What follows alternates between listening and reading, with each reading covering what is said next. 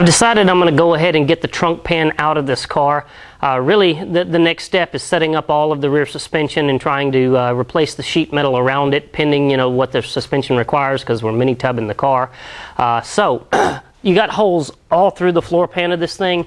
I've deemed that the best way to handle this is just to take a plasma cutter and cut the majority of the trunk pan out, and then from there I'm going to go in and start drilling, grinding welds, all of that kind of stuff to try and get what little bit of the trunk pan is left that's welded into the frame rails and everything else.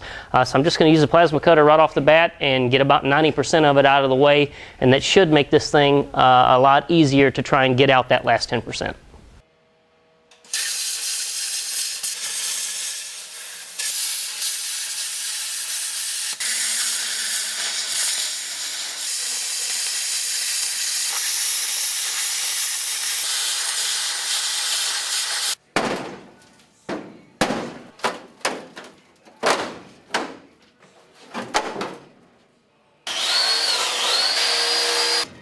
No problem seeing where those spot welds are now. If you're drilling out spot welds, use a little punch first so it doesn't walk, and then nothing does the job like a step bit.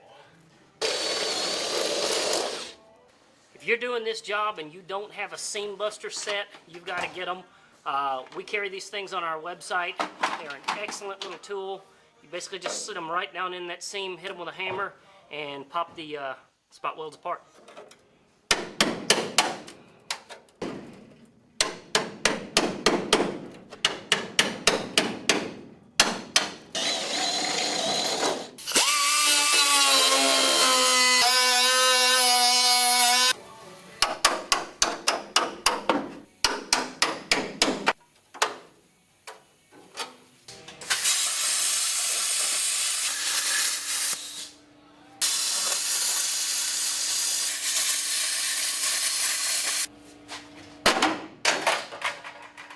Heads up, if you're going to do this job and you ain't got a set of seam busters, you can forget that shit. Check this out. You're not going to drill these spot welds because the frame is on the opposite side of it right here. So the only way you're getting this floor pan out of this car through here is to just, maybe cut it out with a cutting wheel or a set of seam busters. Let me show you what I'm talking about. These things work fantastic.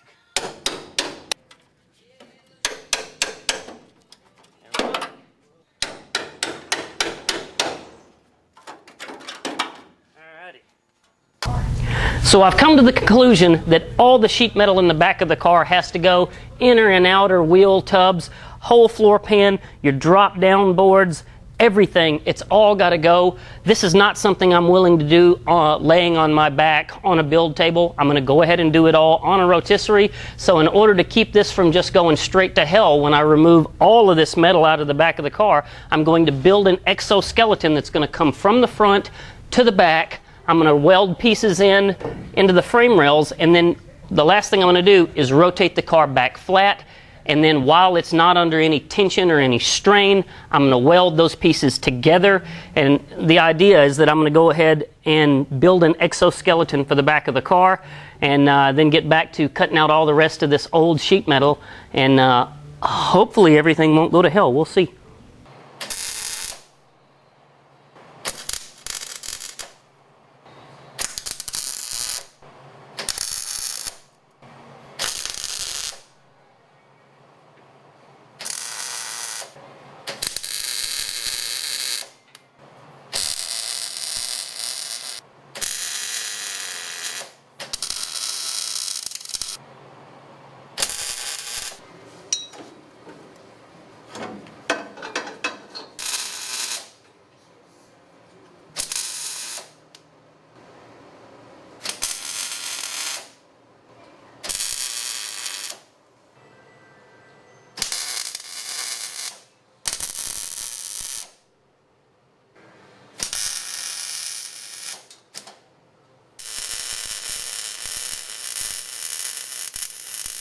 So this may look like madness, but it's really not. This entire exoskeleton is not yet welded to the back of the car. If you'll notice here, there's no welds there at all. So I can grab this entire thing and kind of wiggle it right now.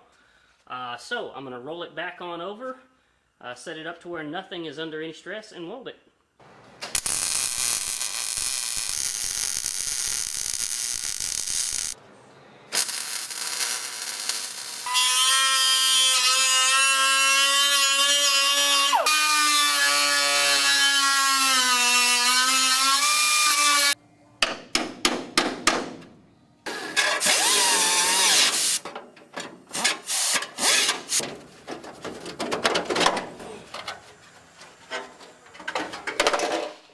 Well, there you have it. The rear floor pan of the car is gone, as well as your drop-down panels that connect from the floor pan down to the bottom of your rear quarters.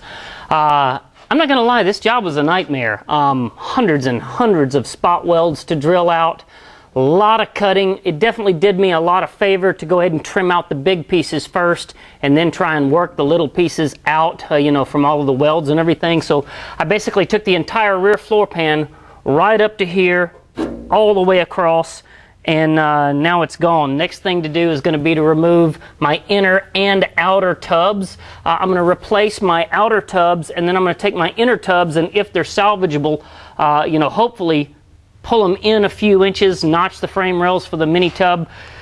We'll see how that goes, whether or not I need to buy mini tubs or if I'm able to use these things.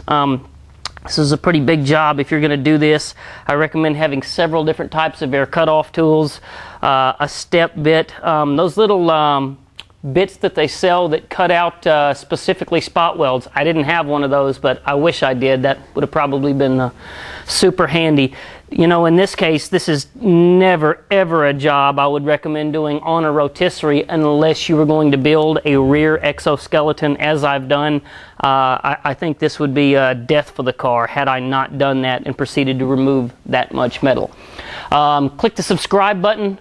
Follow us on YouTube. We're doing an entire build series on this car. You can catch everything on there and follow it from start to finish as we build the car. Hope you guys learned something. Hope you enjoyed it. Thanks for watching.